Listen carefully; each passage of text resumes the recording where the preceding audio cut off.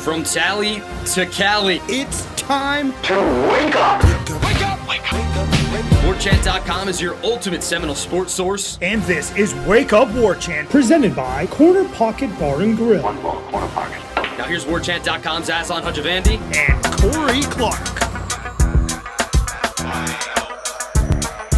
Wake up!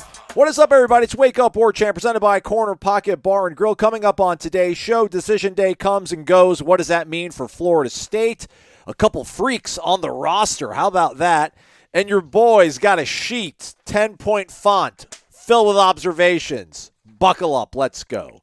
Wake Up Warchant, presented by the Corner Pocket Bar and Grill, cptallybar.com, the website. You can always hit the QR code on your screen. Takes you right to the website. Lunch specials, weekdays, 11 a.m. to 3 p.m. for only $8.99. On Wednesdays, 5-piece chicken wings and French fries. Best chicken wings in town. Prove me wrong, everybody. Go enjoy yourself over at the Corner Pocket Bar and Grill, 2475 Appalachia Parkway. Don't forget, it comes with a side dish, too. You know the side dish options. The fries, the tater tots, maybe some broccoli side salad if you want to be on the healthy side of things. Corner Pocket Bar and Grill, always a great time. Speaking of the daily lunch special on a Wednesday, your special, everybody, for Wednesday is us being live, 6 p.m., Corey Clark and I, live edition of Wake Up Warchant later this evening, so do join us for that. Warchant.com, your ultimate Seminole sports source. Subscribe to that website. Subscribe to our YouTube page. Hit the thumbs up while you're on there as well. Corey Clark, fresh off his interview with Sammy Smith, a big hit on the social media. YouTube comments, we got a lot of folks say that they usually don't comment, but they just wanted to reach out and say how much they appreciated that interview. Well done, young man. Well done. Hey, thank you, man. Thank you. I appreciate that. That means a lot coming from you and from the random YouTube viewers. I should have read some of their names, but that would have involved foresight, things of that nature. I've got glass. I don't see all that well. Things all right, though, in your world? You're happy, ready to go, rock and roll? How's Brady doing? Everything all right? School started. He's good. He's been under the weather a little bit, but he made him go to school today after having the day off yesterday. Tested him for COVID, which I'm not sure why. I guess it's just part of the fabric of the way we live now. I tested him for COVID, but he was negative. It felt better today, so we sent him on to school, and hopefully he's doing well. He did say that he's got weight training this year for the first time. Nice. But he feels intimidated because he doesn't know how to do some of the exercises. What bothers me is, shouldn't all these high schools, especially where anybody lives, shouldn't you have people like teaching these kids the proper way to do it, not just, hey, there's the weight room, I'm going to be in the office. Yeah. Good luck, everyone. Like, you could have people need jobs and kids need guidance. And it would be nice if each school had one or two, probably two, full-time trainers to help people, especially 16-year-olds, 15-year-olds, how to do this weight training, how to do weight training, like how to do a proper squat, how to do a proper bench press, anything like that. Is he taking a weight training class, or is he just lifting after school? No, it's a weight training class. It's like an elective. That's ridiculous, and there's nobody instructing him. I mean, it's did you take it in high school? No, but my introduction. That's what I'm saying. It's a coach. It's an assistant coach. Yeah. Typically, at least when I remember from high school, what it sounds like here. Yeah. It's a coach. Right. It's a pretty easy hour where he doesn't do a lot of work. Still, though. Hey, luckily for Brady, he's got a father who's transformed his body and knows several compound movements. So be a dad. Teach him. Take him to Orange Theory with you. Yeah, I have. He didn't like it. He didn't like it. Yeah, too much cardio. You're smart, a lot Brady. of cardio for him. Too much for him. All right, let's get to it, Corey. I've got, one sheet, 8x12, letter, document, 10-point font, though, so I can fit all in the one piece of paper. I don't want to have to go on two pieces, trying to save the environment and all that. Period 3 we'll begin with, because, again, everybody, periods 1, 2, and 4 we can film. You've seen all that. There's not a lot to see, though, but thank you for clicking on the video day after day. We appreciate it. Absolutely. I'll continue to film it and do as best I can. Period 3, Corey, you freaking missed it, man. Gadget play. Not only gadget play that works. Okay. Which in all of this, isn't this maybe like the one, I don't want to say underwhelming, but maybe one of the more surprising things now that we've been able to watch a full-length college football practice for 3.5 years now. The fact that, they work on trick plays here and there, but I figured, I don't know if I assume they would devote an entire period like once a week to it or something, but maybe something that we haven't seen a lot of, but you missed it on Tuesday. It was beautiful. Okay, I can't wait to see it in the game. You let us know. What was today? So today was August 15th. They did a gadget play that worked. Yes. I want you to let people know on Twitter, if and when we ever see it, that's the one that we saw work on August 15th. Absolutely. Later on in that period, as they were getting down into the tight zone, red zone there, the first-team offense, Azareye'h Thomas with an interception in the front corner of the end zone. A real good play by him. Brian Fitzgerald comes out, 30-yard field goal. Good. Twos come on afterwards. Josh Burrell had a deep crossing route catch. He had a pretty decent little day. And then, meanwhile, Conrad Hussey applied some pressure. So piece it together how that guy is able to apply pressure, but look quite nicely. Then we move into individual work. This is where they're either going against air or pretty much just themselves going through some cones. Hey, so nature. can you go back to Azareye'h real quick? Absolutely. Do you remember who he was covering? I did not write that down. Well, you suck. Well, I don't want to make people feel bad about themselves. I think I wrote down my notepad, but I didn't transfer it over to my piece of paper. Oh, okay. No, so. That would have been too much. I got you. Wow. But anyway, I think that continues, and I wasn't there, so I don't know how the rest of the day went for him. But that continues what I think has been a very strong preseason for him. And he was the problem for Azareye'h, in my opinion, it wasn't a problem, but he was so good for the early part of last August. Mm-hmm. That we started thinking, oh, good grief, is this the next Jalen Ramsey? Yeah. Is he the next superstar FSU DB? And then he didn't have a great second half of the camp, and then he didn't have a great start to his freshman year when he'd get out there. But he, at the end of the year, when you take a step back and look at what he did as a true freshman on a top 10 team, he was pretty good. He's pretty darn good. He played a lot. Mm-hmm. And now maybe now he's turning into the guy that we predicted he might be. It's just coming a year later. But he's on the right timeline. Not many guys show up. Even Jalen Ramsey wasn't incredible as a true freshman. Azareye'h might be really ready to take a big step. And it's good that he had a play like that. Yeah. I meant to mention I was going to give you 3 timeouts. I was going to give you 3 interruptions. And then sorry. So well, there's one. No, that doesn't count. Now that you know, so I'll give you 4 because I like you a lot. Individual observations, man, when they run routes, when receivers are in motion, that's going to be problematic for the opposition. Okay. That's all I'm going to say. We go to period 9. This is a team. This is 11 on 11. DJ Lundy with a TFL. Now, defense led the day, Corey. Big picture-wise, the defense, by and large, I thought had the upper hand continually. There were moments when the offense had to get something done, and they would, but they shot themselves in the foot a good bit amount of times. But the defense, I thought, on the whole, led the way. Period 9 kind of underscores that.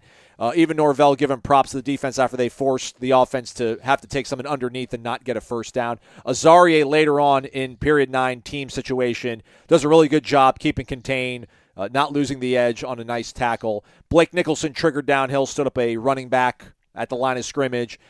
Jordan, dead to rights in one of the final plays of period 9, pulls a little Brett Favre backyard sandlot stuff, and it worked. It worked. I don't know if we'd want to do that in a game. I'm fine with it, but I think coaches sometimes are not all that excited about some of this improvised stuff, but it worked. Preston Daniel had a 15-yard catch to end the period. Let's go to kicking, Corey, shall we? Okay, all right. Your guy Fitzgerald misses a 37-yarder, but hits the 45-yarder. Pure, centered up, center cut. Okay. Tyler Keltner makes his 37-yarder, misses the 45-yarder. So I don't know if one guy's your short kicker guy, one's your longer kicker guy. Keltner, though, continues to show a much stronger leg than Fitzgerald. But we're not here for strength, right, Corey? We're here for accuracy and consistency. Correct, especially inside 45. But if he again, I'll say this again, he's got to go take the belt from Fitzgerald. If it's even, Fitzgerald's winning the job. Yeah. He's got to go wrestle it away like they used to say boxers had to when you were fighting the champ. You couldn't just barely squeak by on points. You had to dominate the fight to get the belt. Keltner doesn't have to dominate, but he has to be better than just 51-49 or 52-48. And right now I'd say, I didn't get to see the kicks on Tuesday, but I would say these kids are dead even. Yeah. Like they both, and that's not going to be good enough, in my opinion, to wrestle the job away, even though he does have a bigger leg. Yeah, for sure. So we need Reagan Mondale, not Bush Gore, when it comes to taking the belt. Right. There you go. Hey, well said. Well said. And a little history for our listeners. That's right. Walter Mondale was a presidential nominee in 1984 that lost to Ronald Reagan, and I guess the biggest margin in presidential election history, right? It was 49-1. Yeah, electoral wise. Yeah. Yeah, I think Mondale won one state, and it was his home state. Yeah. Yeah. And that's crazy. Imagine this country being able to come together like that and agree on something. Yeah, that is pretty nuts. I mean, that's crazy. 49-1. Yeah.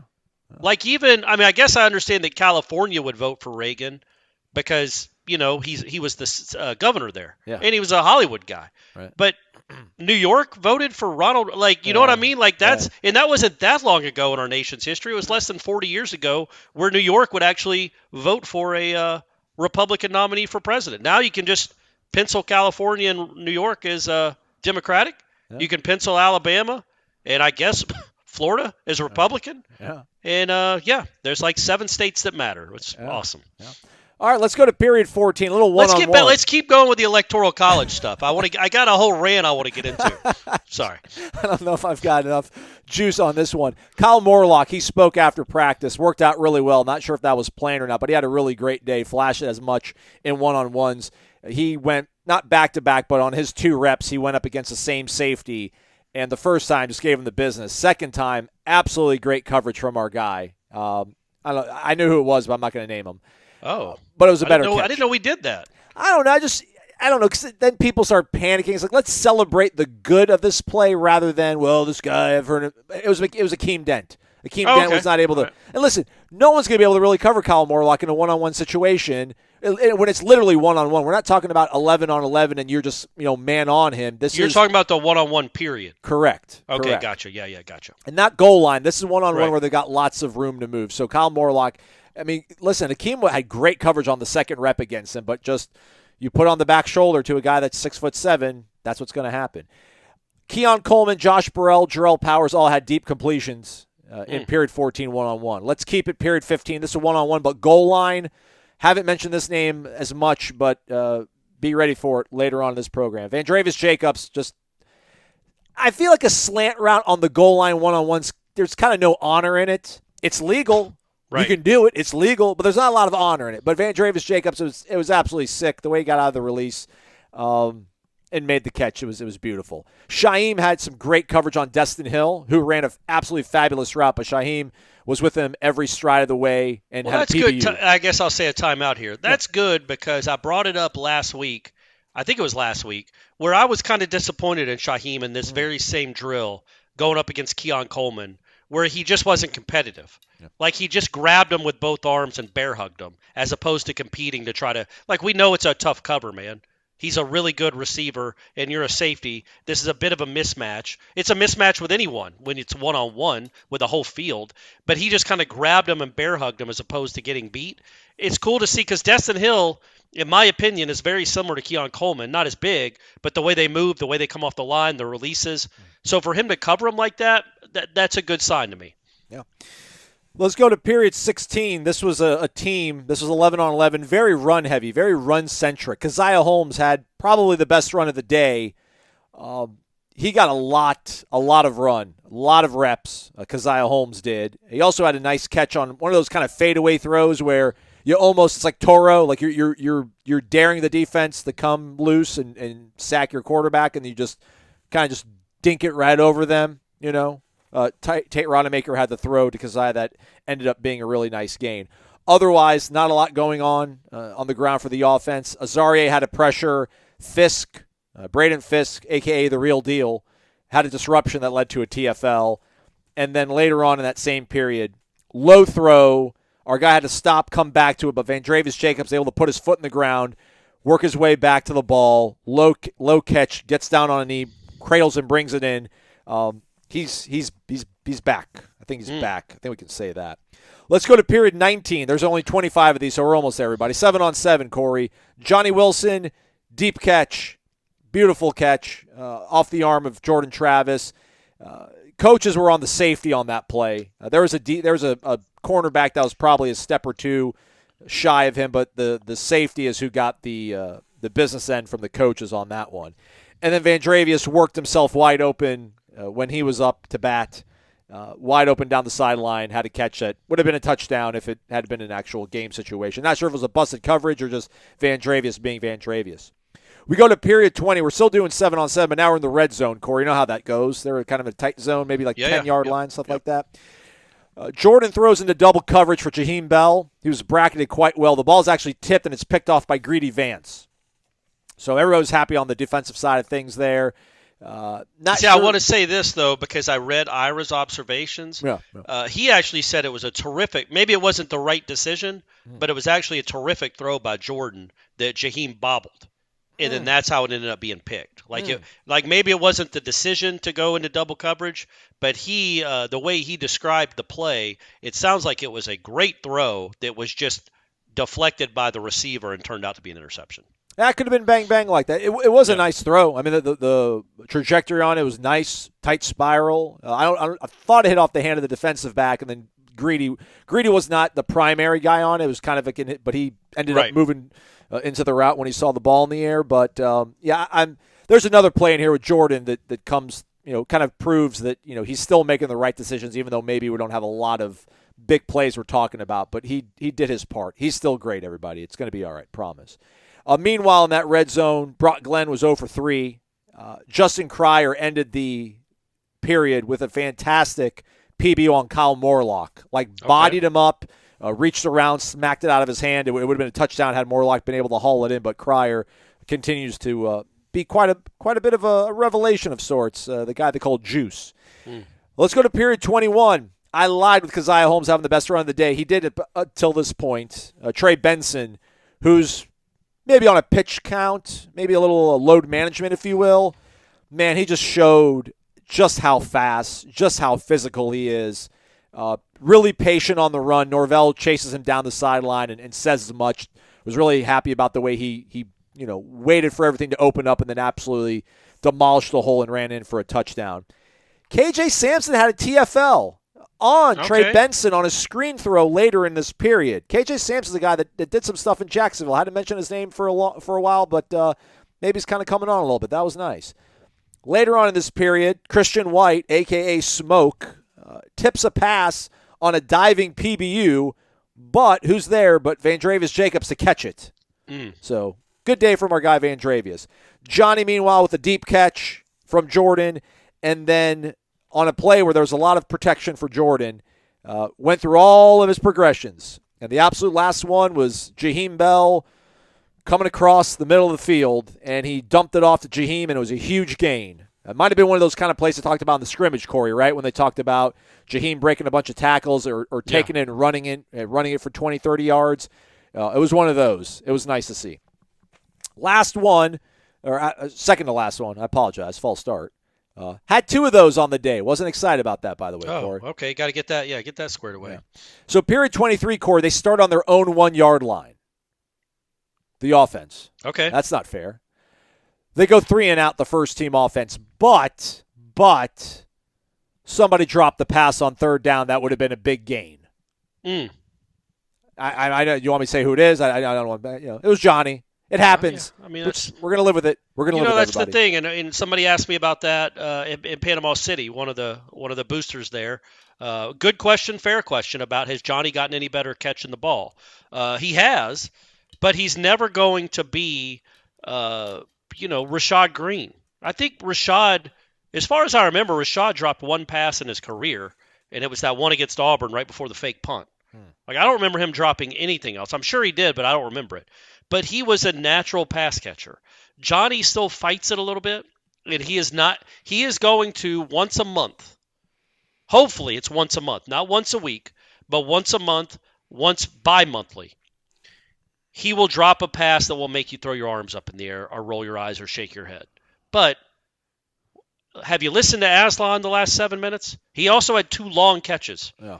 That is what you were going to expect.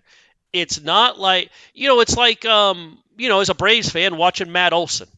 Matt Olson leads the major leagues in home runs. He also leads them leads the major leagues, or at least the National League, in strikeouts. It's not the same ratio. Like I think he's got 100. I don't even know how many strikeouts he has. But Johnny is going to lead your team in huge plays, in important plays. He's also going to lead your team in drops probably. Number one, it's because he's going to get thrown the ball the most, and also he doesn't have the best hands. But you're going to have to live with a few of these drops, like the Oklahoma game, where if you don't remember, he dropped what would have been I think a 75, 80-yard touchdown, and still live with the catch he made at the end of the game to win it, along with the 240 yards he had total. Like, that's Johnny. So, yeah. So anyway, he is going to have some. Hopefully he limits them, but there will be 2 to 4 critical drops he has this year. So prepare yourself for it accordingly. He's also going to have some, 4 times or 5 times the amount of that in huge plays that turn the game in your favor. Well said. Absolutely. Watching it too, it's just one of those things where, like, watching Keon and Destin during individual work, like, I really think soft hands, like, that's a real thing. It's like it's an innate ability just to, I don't know if it's the way you can just apply the right amount of tension to your hands to catch that ball. But, like, guys like Keon and Destin have it. I don't know if Johnny does, but, man, Johnny's just absolute sheer physical force. Yeah. Puts him in so many great situations. To your point, man, there's going to be the one drop, but it's going to be much compensated by 4 times that production. So yeah, we can live with it.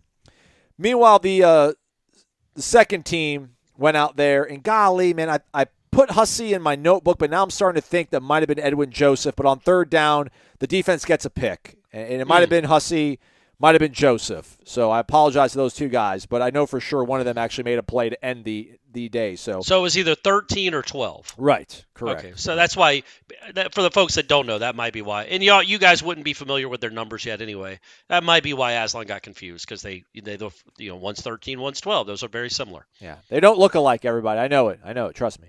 Just their numbers look alike. Exactly. Yeah, that's what you mean. Waiting for Coach Fuller to bail me out here with some mission takeaway tweets, yeah. But he hasn't done it so far. But it's all right. We're still friends. Let's go to the final period of the day that we were able to watch and enjoy. Period 24, you're on your opponent's 30-yard line. You're going in. Basically, this situation is set up, Corey, where they got to score. Like, not just a field goal. They got to get a touchdown. They need it. First play, nothing really happens for the first team offense. Second play, touchdown. Guess who catches it? J-Dub? Correct. Yeah. That's Johnny Wilson, everybody. Gets a touchdown. Throw, I thought, was going out the back of the end zone. Might have. Yeah. But, I mean, just his length, his catch radius, him putting his hands out probably like 4 yards over the end line, brought it in. Not sure if it would have counted next year for him where he'll be playing, but it would count against LSU on Sunday, anybody else on Sunday. It was a great catch. Really nice throw, too, by Jordan. Again, I thought he overthrew him, but not Johnny because he knows what he's got there. And then the second team offense was led by Brock Glenn. This is where they had one of their procedure penalties. They end up working into probably, I think, like a 4th and 20. So at this point, it's like last play of the game. You need to score.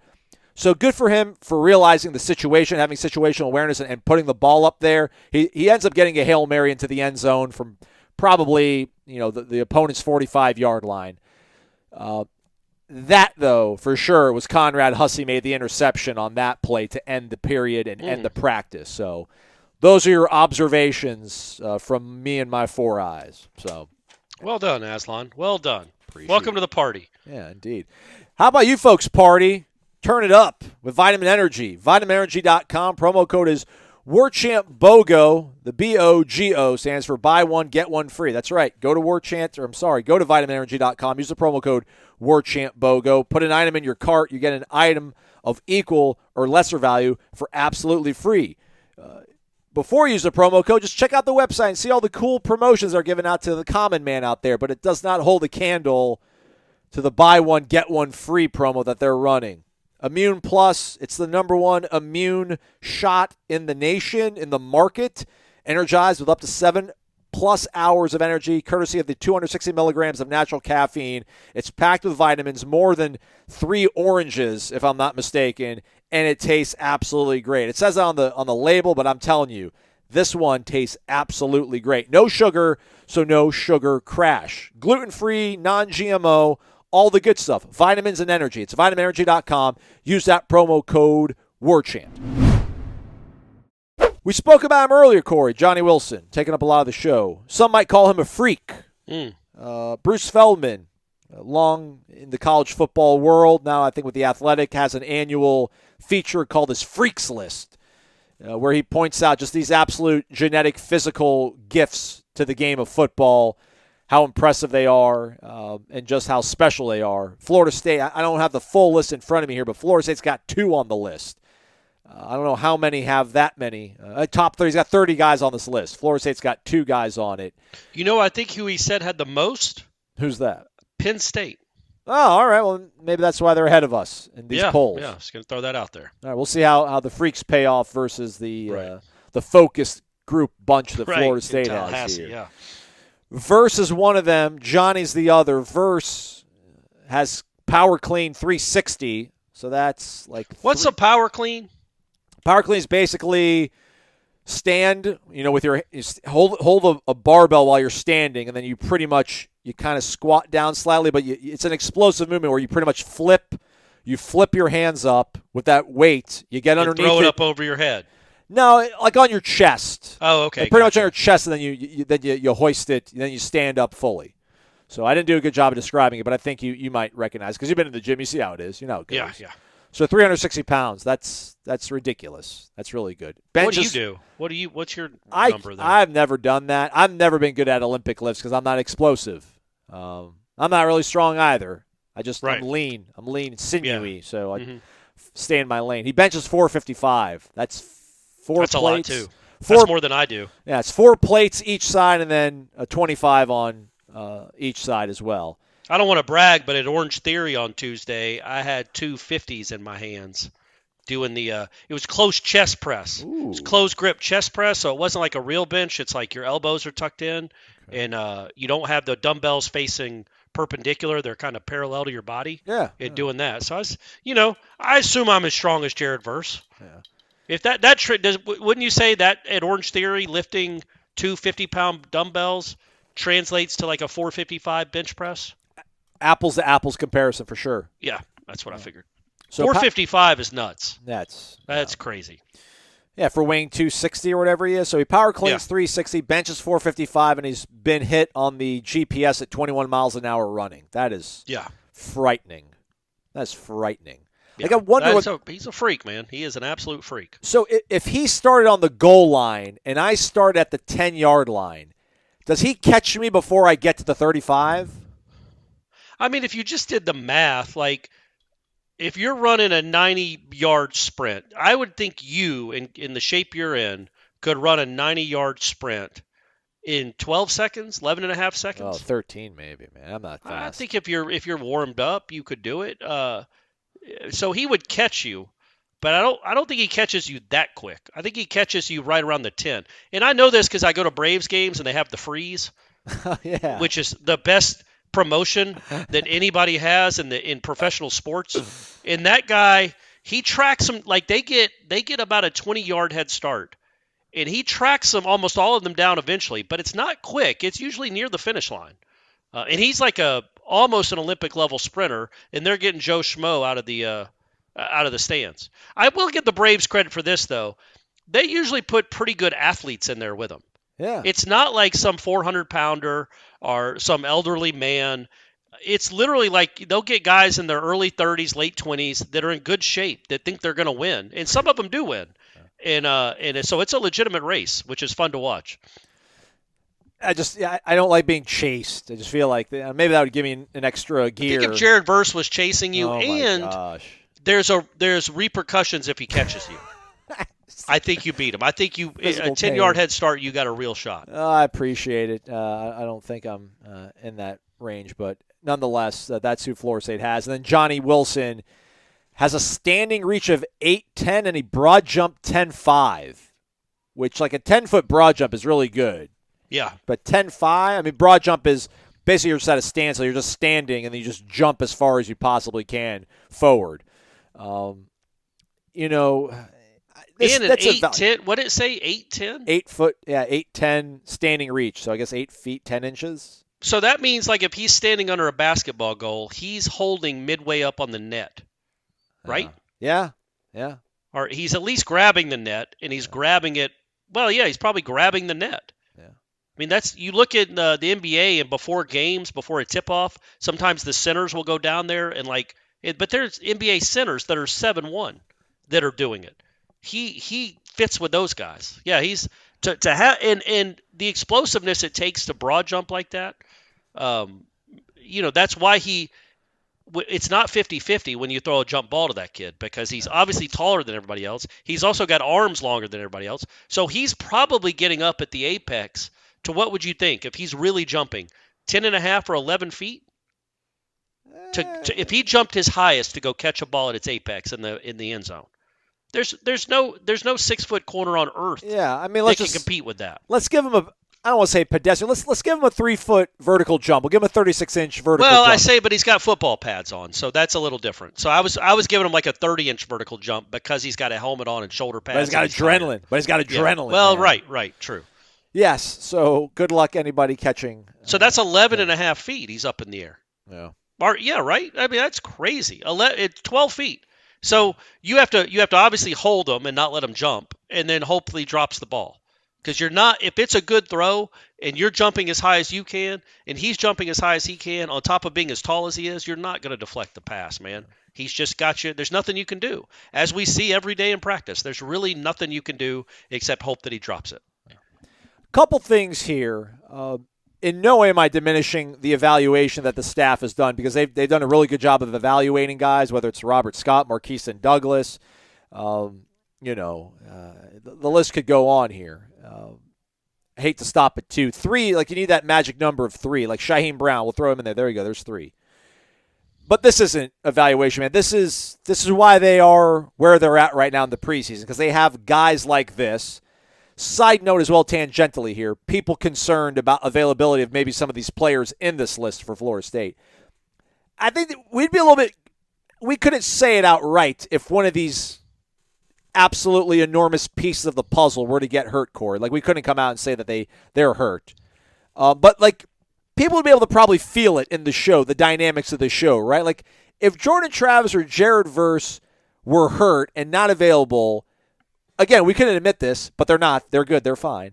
So stop worrying, everybody. Like, these are the kind of guys that you cannot afford to lose, and they're all locked and loaded, and they're ready to have these, and they're all good, everybody. So let me, in a roundabout way, put that there.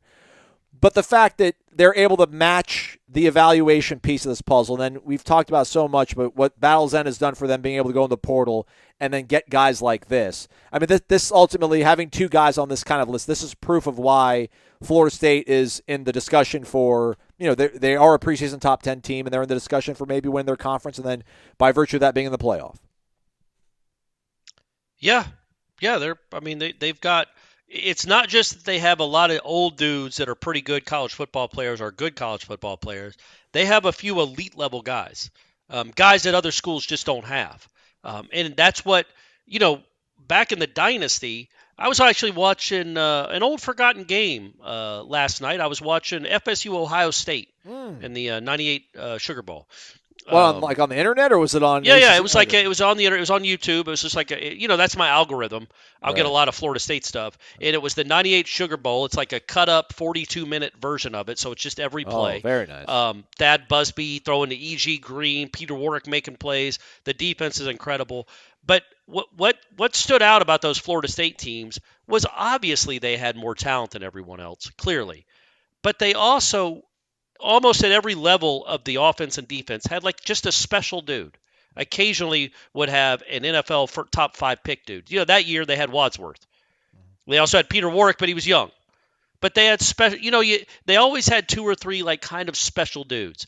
And I think obviously right now you have it with 5 and 14 and 13.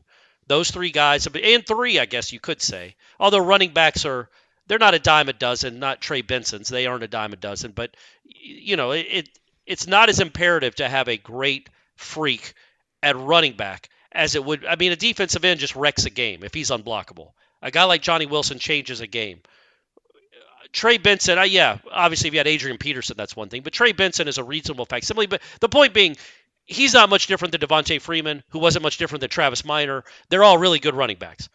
Jared Verse is different.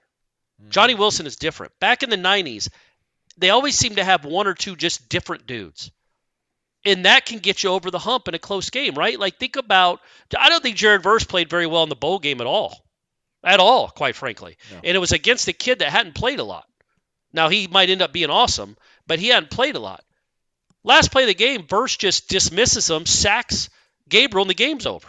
Mm-hmm. He went and made a play, like an absolute play, and he's a special dude that can do stuff like that when it's counted on, and the same with Johnny Wilson and Jordan Travis.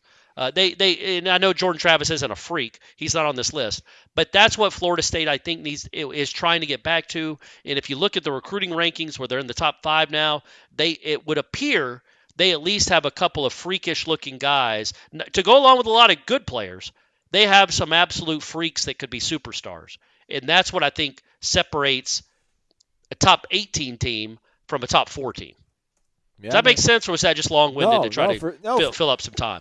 Hey, listen, it is Jimmy's and Joe's. Like, it really is. But, you need to have the right coaching staff in place to create a culture and create plays and create a philosophy to be able to bring the best out of them. But, yeah, Florida State is, as you've said numerous times on this show, Corey, like, Florida State at full capacity recruits the way they're recruiting right now. They get the eyeballs on the TV sets the way that they have. They get these sort of preseason accolades. I mean, every single day we get a new email in our email box about Versus on this watch list or this other guy's on this watch list. Now, they have legitimate talent, which is the reason why everyone's so excited for this team. But some top-end talent, too. Yes. To go along elite with guys. Like fourth-round picks and fifth-round picks and third-round picks. Like, look, man, go back and look at the draft classes, even from the 90s. It wasn't like Florida State had – defenses like Georgia did a couple years ago, where I think 10 of those guys were first-round picks, ended up being, and one of them was Jermaine Johnson, who didn't even finish with him. They would have, 4 third-round picks, a fifth-round pick, back then a ninth-round pick. Offensive line, too, right? Like, Warwick Dunn wasn't running behind, a bunch of first-round draft picks. Warwick Dunn was running behind, like, NFL free agents and – Yeah, he had 1 year with Walter Jones. Yeah. By the way, I saw a clip of Cannell on, I think it was Twitter, it might have been YouTube, where his senior year, Peter Warwick, Randy Moss, and Walter Jones all redshirted. He's like, it's funny. Obviously, Randy Moss would have made the biggest difference out of that crew, but, he had 2 Hall of Famers redshirting. And then Peter Warwick, who's a college football Hall of Famer, not playing for him in his last year. And they still were number 1 in the country until November. But, yeah, so if you go and look at those draft classes, you have a lot of, Tatum Bethunes, Kalen DeLoach's, guys that might get drafted. But then you'd also sprinkle in a Wadsworth, a Boulware, a Derek Gibson, guys that were just special. And I think that's what this team has, if it can stay healthy, is some top-end college football talent, and then some elite dudes, some absolute elite NFL, perhaps NFL first-round pick guys at multiple positions. By the way, Jared Verse graded out 64.4 versus Oklahoma, according to PFF. That was the second lowest grade of the season for him. Yeah, I didn't like anything really kind of about – I thought he got stymied for the most part. But that last play – I think this play before, too, he had a really good rush. And then the last rush, he just dismissed because he could smell it. Like, there was blood in the water. It was an important part. Like, Fitzgerald didn't make that kick with 4 seconds left. Right. Like, Oklahoma still had some time to go down and at least get in field goal range. And Jared Verse is like, no. He sacked them. They didn't have time to get back on the field. The game was over. And then he, of course, let that right tackle hear all about it. But in typical Jared Verse fashion, if you watch the end of that game in the replay, he sacks Gabriel, realizes the game's going to be over, and instead of celebrating with his teammates, he immediately goes and starts barking at the tackle, telling him all about what he just did, which is what Jared Verse does. But then in the post-game press conference, he couldn't have been more complimentary of that guy. He's like, dude, that guy was really good. He is really good. And he said, because he's young, the tackle that was, I think he was a redshirt freshman. Yeah. He's like, whatever he said, I talked to him, but let me tell you, that guy was really good. He I don't think he said he kicked my butt, but he made it apparent that kid won a lot more battles than he did that day, and that he's going to be really good, because that's Jared Verse. That's the dichotomy of Jared Verse. He looks like the biggest trash talker, and he is, on the face of the planet in the middle of a game, but then he's very complimentary of his teammates, and he can be very complimentary of opponents too. Hey. But he's awesome, and you're lucky to have him. Another random thing from games last year, watching the LSU replay the other night. Like Florida State didn't have a 3-and-out until the fourth quarter? It was a bad time for that 3-and-out. It was, but Yeah, no, they were great, man, and they were great on third down. I think they were like 9 of 16 or something crazy. A lot of throws to Cam or in the middle of the field. I think Micah had a couple third down conversions.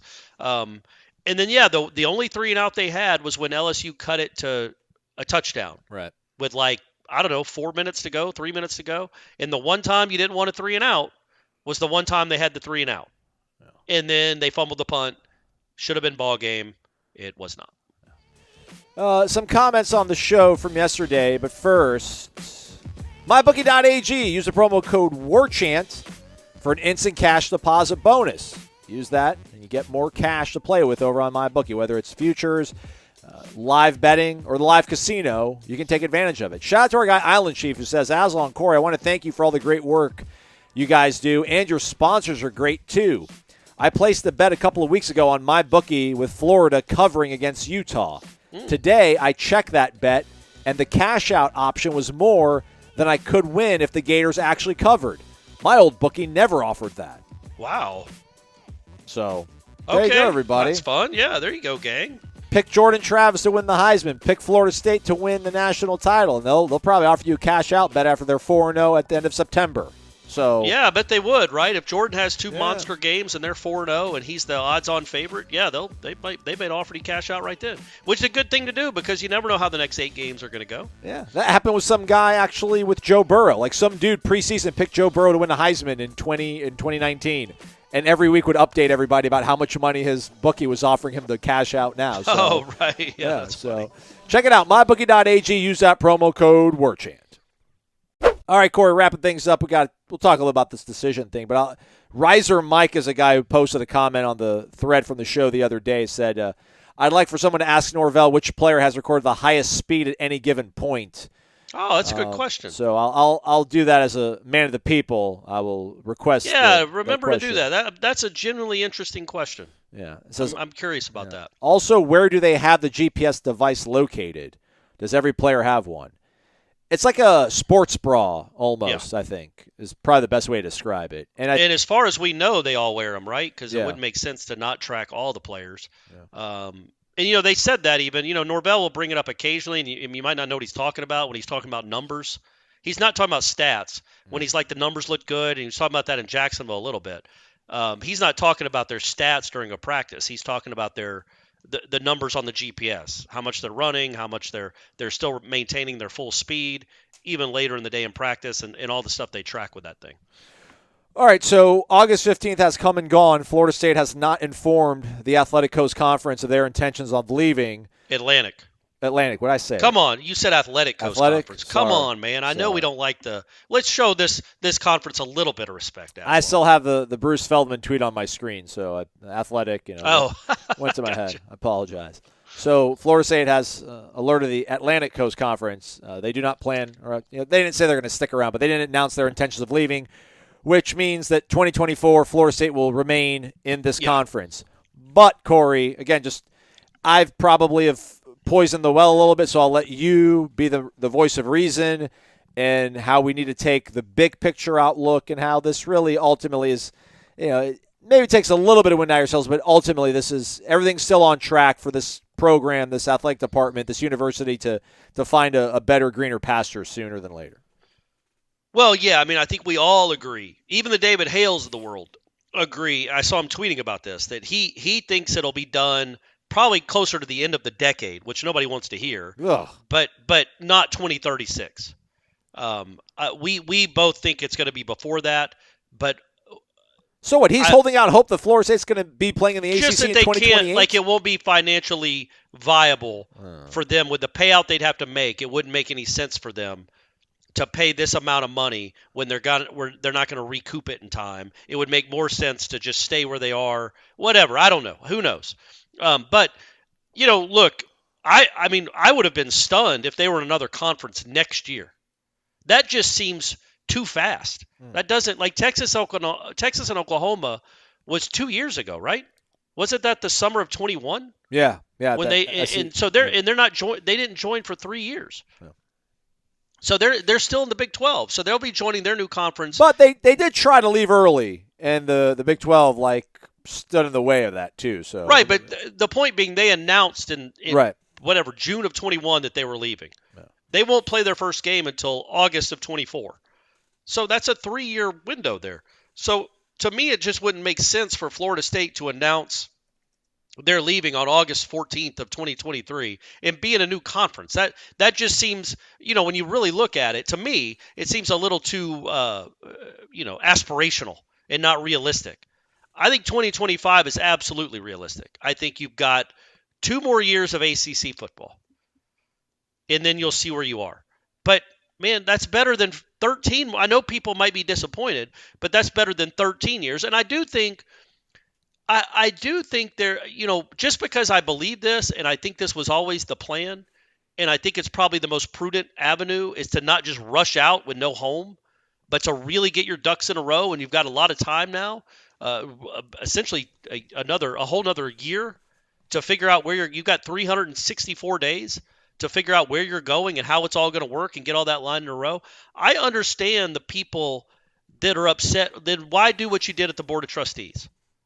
Why do that 3 weeks ago and put on that show? And I'm not saying it's a show as in it was an act. All of that was legitimate and real. But why do that?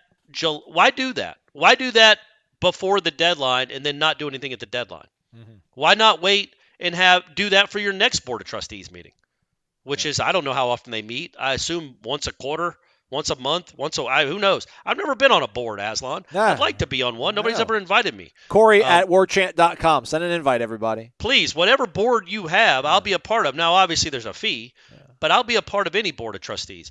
So, to me, it would have maybe made more sense to wait a little bit, to have that everybody look, Sports Center leading meeting, really literally led Sports Center. And then 2 or 3 weeks later, you still haven't announced you're leaving. So I get there can be some frustration there. But I also don't think there was ever a point that they thought – I don't think anything happened in the last 2 weeks that surprised them, where they're like, oh, never mind, we don't want out, we can't do it. Yeah. They knew what was happening when that whole meeting was starting. And this might have been the goal all along, and it probably was the goal all along, is to wait until after the deadline to put in, hey, we plan to leave after the 24 season. Yeah. But – I can see how Florida State fans, especially the impatient ones, are like, well, why'd you get our hopes up? What was that all for? You couldn't have done that in September or November. You did that in July before the deadline, but then didn't announce you were going to leave. So you can be a little disappointed by that. I get it. Plus, you're going to get screwed by the officials. By the way, the Big 12 quashed the early exit, but then ended up going through, and so they did leave a year earlier than it was going to be 2025, but they ended up paying combined, Oklahoma and Texas paid about $100 million. Yeah. Meanwhile, I think Florida State would be like, what, 120? Just for the exit fee. Just for the exit fee. And not for the grant of rights. And you wouldn't own your actual – it's incredible how that's even legal, but I'm not the lawyer on this sort of stuff.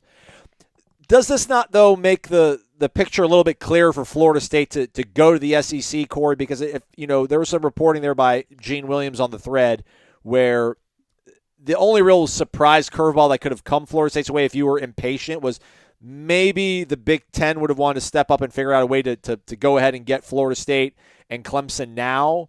Because it seems like the longer this thing rolls out, the longer that just gives the SEC time to bring and land Florida State because – the only surprise that could have happened was that Florida State would have announced before the deadline they're going to leave to be in place somewhere new by 2024. The SEC already had their schedule laid out for 2024, so that kind of put a little bit of that gummed up the works. But the Big Ten could have maybe come calling and be like, we don't want to risk losing you guys in 2 years. Let's go ahead and figure out a way to get you on board now. So, I mean, reading tea leaves, doesn't it feel like this even increases the chance that Florida State, when they do land in a new conference, it would be the SEC? Well, I've always thought it would be the SEC, but again, I go back to the fact that, it needs to be a bidding war. Like, you need to give the SEC a reason to want you. And obviously they want Florida State and Clemson, but they don't really care right now. The SEC's doing just fine. Just fine without Florida State and Clemson. They don't want the Big Ten to get Florida State and Clemson. So I'm not ruling out the possibility of the Big Ten at all, at least entertaining the idea. Because if you don't entertain the Big Ten, I don't what impetus is there for the SEC to come get you? Like to help you with your exit fee, to make sure you're in the conference when they already have those 2 states. They already have they're getting Texas and Oklahoma. They have, huge fan bases with big time programs. There's no real impetus for them to want to come get you unless, because the SEC, as we all see, is doing just fine without Florida State and Clemson. The Big Ten is the one that desperately needs Florida State and Clemson. And Miami, if you want to throw them in there. They would love life if they got those 3 schools. So I certainly am not giving up the notion that the Big Ten will come calling. Now, whether Florida State uses that as leverage to get in the SEC, which is what they should do, or whether they actually say, yeah, we're going to be in the Big Ten. Whatever the case may be, I do think the Big Ten will be a factor. And, as I wrote in that column that was on the site that got a lot of love, I appreciate all the nice comments from people about just how Florida State and Clemson have carried the league for 3 decades now. There's 2 super tankers in this conference. Florida State has to make sure they're on one of them. As we steam towards the open sea, they can't get left behind at the port. So whether it's the Big Ten or the SEC, they have to be on one of them. And it would be preposterous if they're not. So, but also Clemson. Let's go, man. Right. Let's go. Like maybe they're waiting till Clemson's next real board of trustees meeting, which isn't talking about, some non-athletic stuff. It's a real board of trustees about the future of the sport. They're waiting for Clemson to come out and say something, and then they go in holding hands together. Because Clemson and Miami, but especially Clemson, they need to start talking here because this is nuts. Yeah. Well, we'll talk about this. We'll continue to talk about it. Until it happens. Yeah. Until they're in a new conference, we'll continue to talk about this, folks. It's exciting, though. It is. Because, you got a good team in the meanwhile to keep us occupied here, which is exciting. And then the other part of this, though, Corey, I do wonder, when you talk about making this a bidding war, Fox really only – they've primarily owned the Big 12. Like the Big 10 had they had their own network, which was in kind of partnership with Fox. But like Fox had the Big 12. They had Texas. They had OU. Red River rivalry was always on Fox. They always had that game. That was like their crown jewel of a thing. And then ESPN comes and swoops those 2 teams away from them, right? So then ESPN draws the battle lines. We're going to take everything, and we're going to make the SEC. And the Big Ten's like, all right, well, we're going to hunker down. And the Fox, like, we're going to hunker down and rally around the Big Ten. So I wonder if there's, like, a little bit of that. I know these are huge sums of money and huge decisions to be made. But I wonder if there's, like, some of that pettiness involved, too, where, like, Fox executives are like, we do not want to let ESPN get – like, they stole Texas and Oklahoma from us. We are not going to let them get Florida State and Clemson. Like, screw that. So many dynamics in play. And that's that contract is coming up at some point, right? And we know how this stuff works. Like, the TV networks are controlling everything. And that's a great point. It becomes Fox – it's not even the Big Ten versus the SEC. It's Fox versus ESPN. And Fox should really, really want Florida State and Clemson. I just don't know how you could be an executive at that network and on Fox Sports trying to make your brand matter, like truly matter, and not say that Florida State and Clemson, Washington, Oregon, great, man. They're not turning the dial much. They're not moving the needle. Florida State and Clemson, especially when they're good, absolutely move the needle. And they have great fan bases. They get watched. They draw ratings. They have great history and tradition. Apparently, 2 good coaches. All of it makes sense for Fox. And to join the Penn State and all their freaks, and Ohio State and Michigan and USC. It just would make the Big Ten as good a conference as the SEC. And yeah, the SEC should not want that to happen. So you hope it becomes a bidding war, but you have to let them know legally if you're going to be available and how you're going to be available to play football for them in 2025. And you have a year to do it, to figure it out. Stay connected to warchant.com. There's a thread pinned on the Tribal Council. I don't imagine that's going to get unpinned anytime soon, and might end up giving Regal Noles realignment thread a run for its money at some point. So stay connected. Subscribe to warchant.com. That's where all the good stuff is. It's over on the website, Tribal Council. Jeff Cameron Show, 1 to 3 o'clock. We'll be back out at practice, so check out the website around 10 in the morning. Probably have some practice footage up, and they'll have interviews afterwards. We'll talk to Mike Norvell and selected players. I'll try to get that question in from Riser Mike about the speed, the GPS. And then we'll do a live show, Corey. We'll do it live, 6 p.m., you and I. Ready? Let's do it. I can't wait. I can't wait, big dog. He's Corey. I'm Aslan. Thank you for listening to Wake Up Warchant, presented by the Corner Pocket Bar and Grill.